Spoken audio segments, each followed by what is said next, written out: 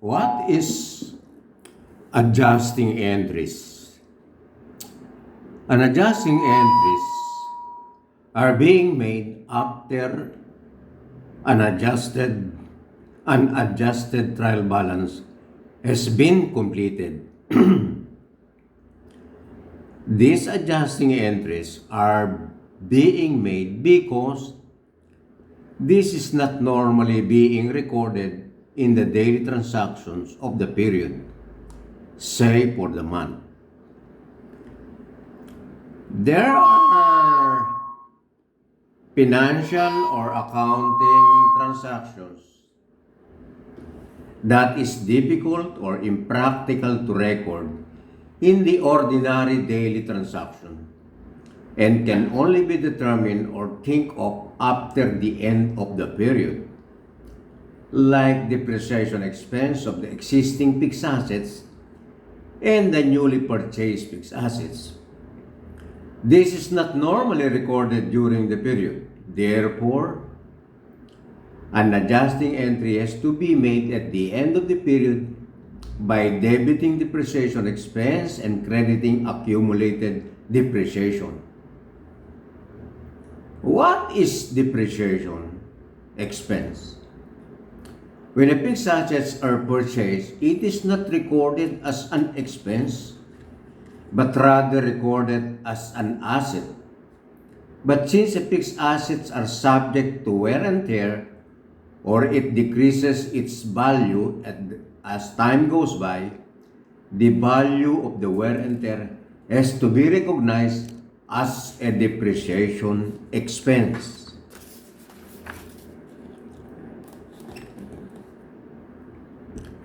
Basically, the depreciation expense is determined by knowing the estimated useful life of that fixed assets, normally in a number of years of that fixed assets. Therefore, the acquisition's cost of that fixed assets shall be spread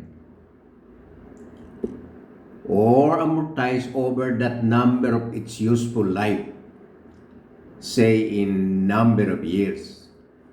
Example, a fixed assets costing 100,000, say has an estimated useful life of 10 years. Therefore, the depreciation is 10,000 a year or 833.33 a month is the cost of wear and tear of that fixed assets, which shall be adjusted or recorded as part of the adjusting entries.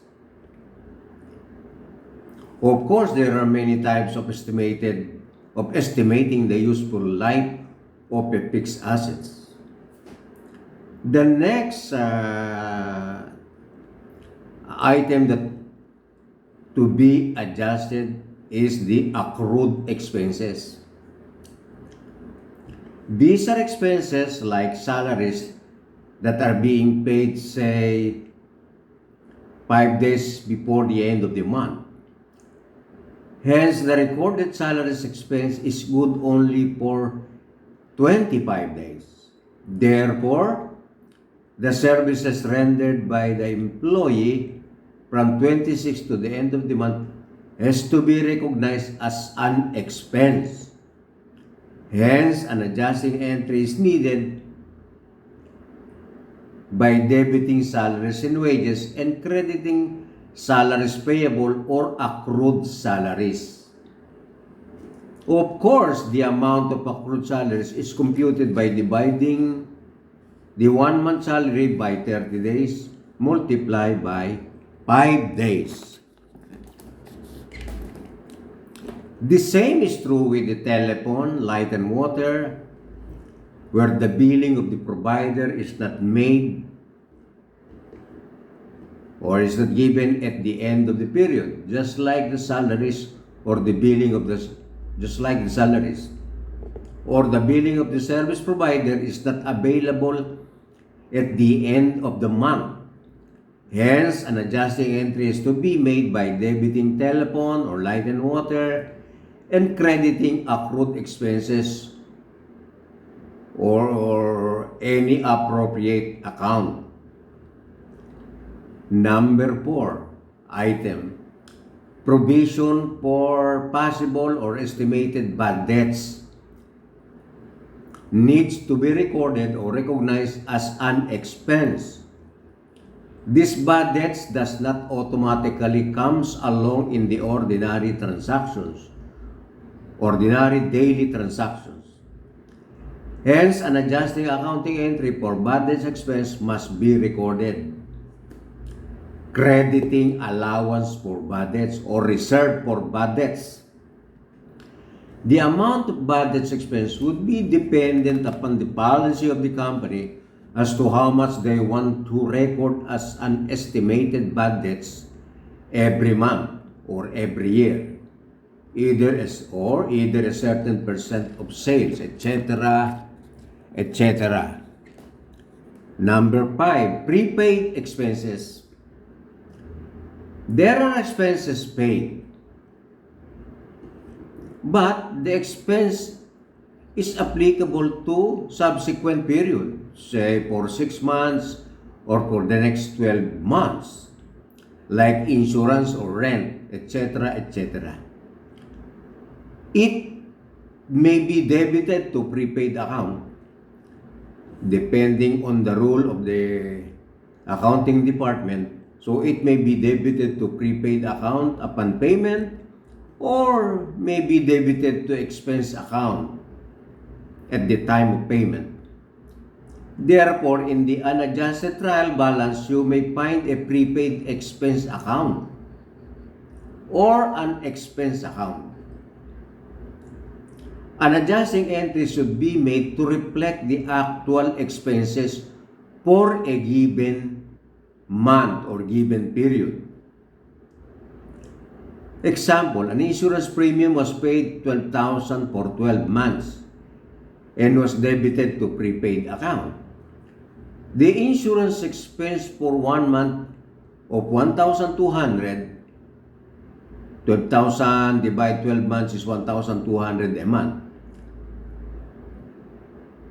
This 1,200 should be debited and credited to prepaid account. Debited to expense, insurance expense, and credited to prepaid account. However, if when the 12,000 insurance was originally debited to insurance expense, the adjusting entry should be debit prepaid expense and credit insurance expense for 10,800, so that the expense account of 12,000 appearing on the trial balance will become 1,200 only. The next item is deferred income or unearned income. This is a cash collection or cash received in advance, where the revenue or income to be derived by the company applies to the subsequent period. Subsequent period, that means following months or following 12 months, so on and so forth, and not on the month of trial balance preparation. Example, a rent income received by the company good for subsequent period. Let us say 12 months. If the original entry made when the cash was received was debit cash, then credited to income account or rent income account for that matter, then the adjusting entry should be debiting income account and credit deferred income or unearned income, so that the income amount to be reflected in the trial balance, final trial balance, is good for 1 month. However, when the cash was received, the credit account used is unearned income or deferred income. The adjusting entry should be debit unearned income and credit income account, so that the income amount will become good for 1 month.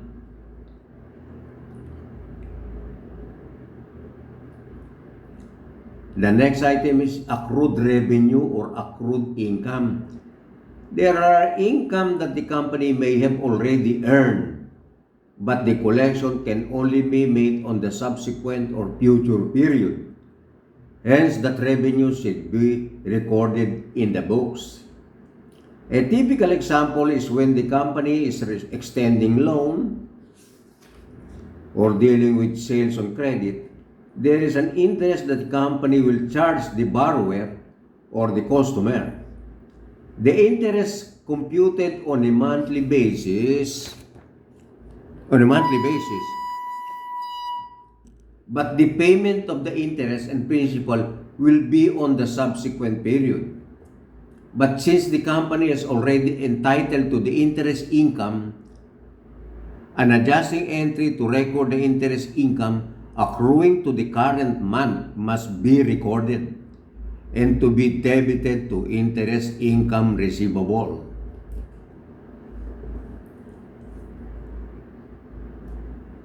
Of course, crediting interest income.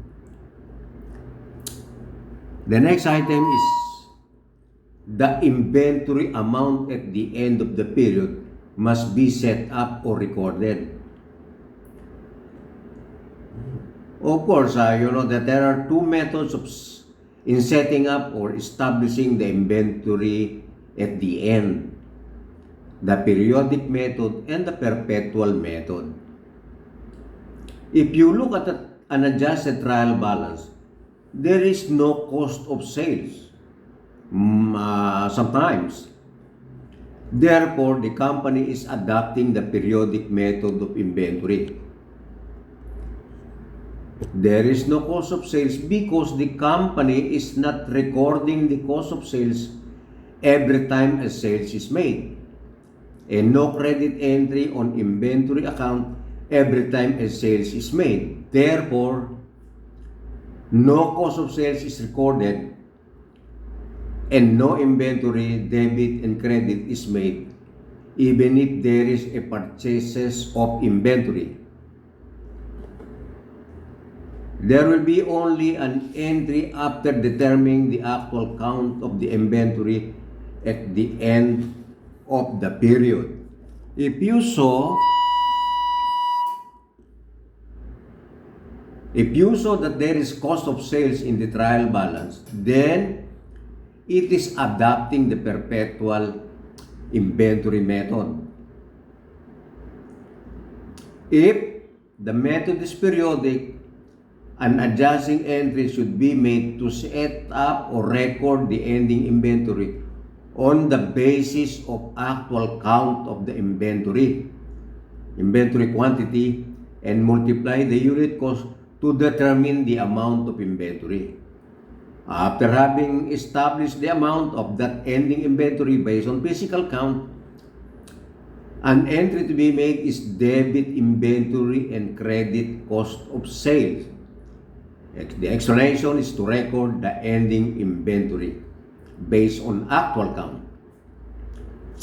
Another entry shall be made to close the beginning inventory to cost of sales, and the purchases to be close to cost of sales also by this entry. Debit inventory, credit purchases. Then the explanation is to close purchases account to inventory account.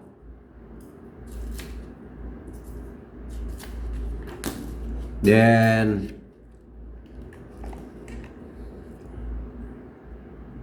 also an entry to be made is cost of sales, then credit inventory.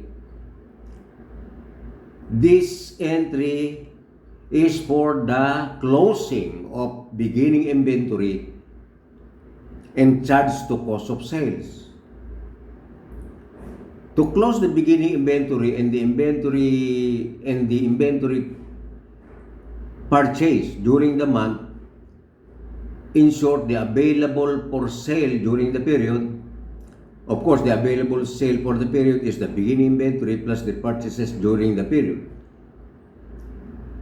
And this will be close to cost of sales by debiting cost of sales, crediting inventory. This is in the assumption that all inventories available are sold. However, any inventory is still unsold, an entry shall be made to debit inventory and credit cost of sales.